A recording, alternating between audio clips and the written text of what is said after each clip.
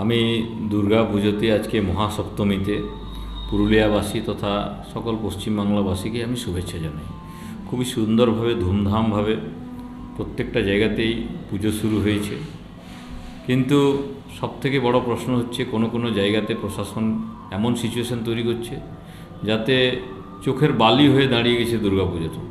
আগামীবারে যে দুর্গাপূজা আমার মনে হয় খুবই ভালোভাবে হবে এবং প্রাণ খুলে হবে। সেই সময় হয়তো 2026-এর ইলেকশনের পরে আলাদা চিত্র থাকবে এবং পশ্চিমবাংলার যত বাঙালি সমাজের হিন্দু সমাজের লোক আছে সবাই খুব ভালোভাবে দুর্গা উৎসব পালন করবে, দুর্গাপূজা করবে, এই কামনা করি আমি। মানে এটা পরিষ্কার যে একদম নিশ্চিত রূপে 2026-এ ভারতীয় জনতা পার্টির সরকার হবে এবং ভারতীয় জনতা পার্টির সরকারের নেতৃত্বে সেই সময় যে দুর্গাপুজো কমিটিগুলো পুজো করবে খুব আনন্দ সহকারে করবে। এই সব বাধাবিঘ্ন কিচ্ছু থাকবে না। কি এত লোক আপনার প্যান্ডেলে যেতে পারে, এতজন যাবে না, এটা তৃণমূলের পুজো, এখানে লোক নিয়ে যাও ধরে, এটা বিজেপি সমর্থিত লোকের দ্বারা পুজো, এখানে কাউকে যেতে দেওয়া হবে না, এইসব কিচ্ছু থাকবে না। সকল বাঙালি হিন্দুদের পুজো থাকবে, সব বাঙালি হিন্দু সব জায়গায় যেতে পারে তখন।